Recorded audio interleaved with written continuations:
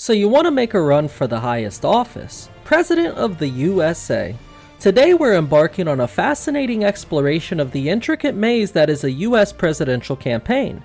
This isn't just about speeches and handshakes, we're going to delve into what it really takes to become the leader of the free world.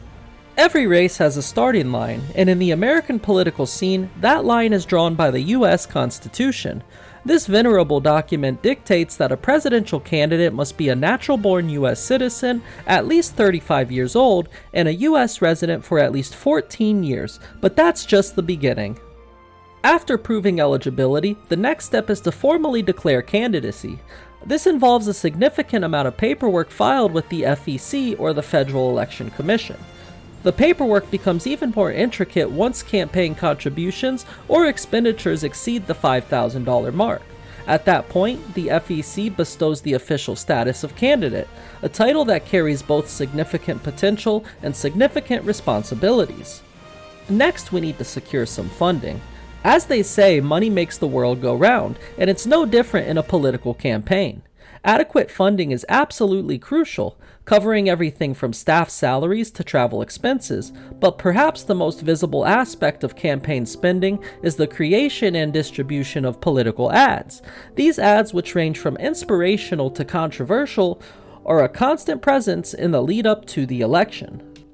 So where does the money come from? Well, there are several sources. Individual contributions are a major part, though these are limited to $2,800 per election to prevent undue influence. Political action committees, or PACs, can also contribute to campaigns, but they have their own limitation. While super PACs, on the other hand, can raise and spend unlimited amounts of money, though they're not allowed to coordinate directly with the candidate or campaign. These rules ensure that while funding is critical, it cannot be used to unduly influence the outcome of an election. Once a potential candidate has declared their intention to run, proven their eligibility, and started raising funds, they must face their next challenge, the primaries and caucuses. These events held by each political party determine who will represent the party in the general election. Primaries are similar to the general election in that the registered voters cast their ballots in private. Caucuses, on the other hand, are more open. Caucus goers debate and discuss the candidates before casting their votes. Both processes are crucial in narrowing the field and selecting the individuals who will vie for the highest office in the land. Once nominated, the candidate must focus on networking. In the world of politics, relationships are power. A strong network can offer a candidate support, endorsements, and valuable advice. In a sense, a candidate's network is their support system as they navigate the challenging road to the White House. This network is built through countless events, meetings, and rallies. Each handshake, each conversation is an opportunity to build connections, gain supporters, and learn more about the concerns of the electorate. It's a complex, demanding process, but it's essential for any successful campaign. The next step after that is touring. Touring is another crucial aspect of a campaign. By traveling across the country, candidates can reach out to voters, understand their concerns, and adjust their message as needed. It's an exhausting process, but one that can pay off in the form of increased support and a stronger campaign.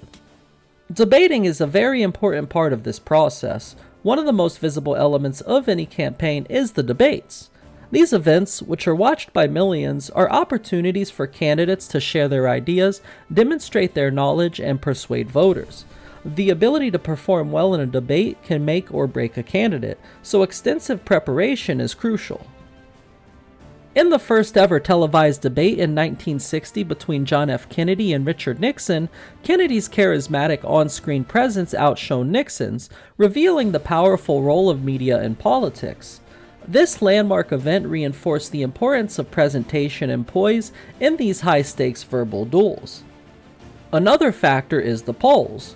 Polls are another key element of any campaign.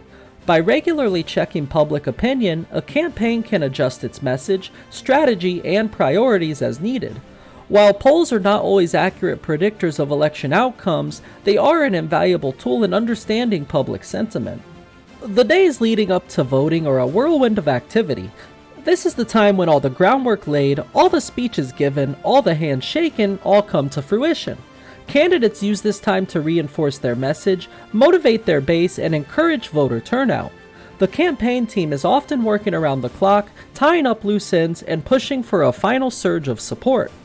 Typically, candidates spend these final days crisscrossing the country, focusing especially on swing states, those unpredictable territories that can tip the scales in favor of either candidate. Now you made it this far and it's now Election Day. Election Day is a nerve-wracking culmination of years of hard work. Millions of Americans cast their votes, and the candidates await the decision of the people. Once the polls close, the tense process of vote counting begins, often stretching late into the night or even into the following days. When the results are finally announced, there's jubilation on one side and disappointment on the other. The winning candidate typically gives a victory speech, thanking their supporters and often extending a hand of unity to those who voted for their opponent. With the election concluded, the president-elect must now prepare for their upcoming tenure. This period is filled with planning, strategizing, and assembling a cabinet, which is essentially the group of advisors and heads of federal agencies that will assist the president in governing. Inauguration Day, which typically takes place on January 20th following the election, is filled with ceremony and tradition. The president-elect takes the oath of office, promising to preserve, protect, and defend the Constitution of the United States. This solemn moment marks the official beginning of their presidential term. And winning the election is only the beginning. The real work begins after the inauguration. The new president must hit the ground running, addressing the pressing issues of the day and beginning to implement the policies they campaigned on. Those first few days are a flurry of activity. They often include signing executive orders, establishing new policies, and perhaps even reversing the policies of their predecessor. It's a time of significant change and sets the tone for the rest of the presidency. The road to the presidency is long, challenging, and fraught with hurdles, but it's also a testament to the democratic process, a journey that gives voice to millions of Americans and shapes the future of the nation. As we wrap up this deep dive, remember that the power of democracy lies in the hands of the people.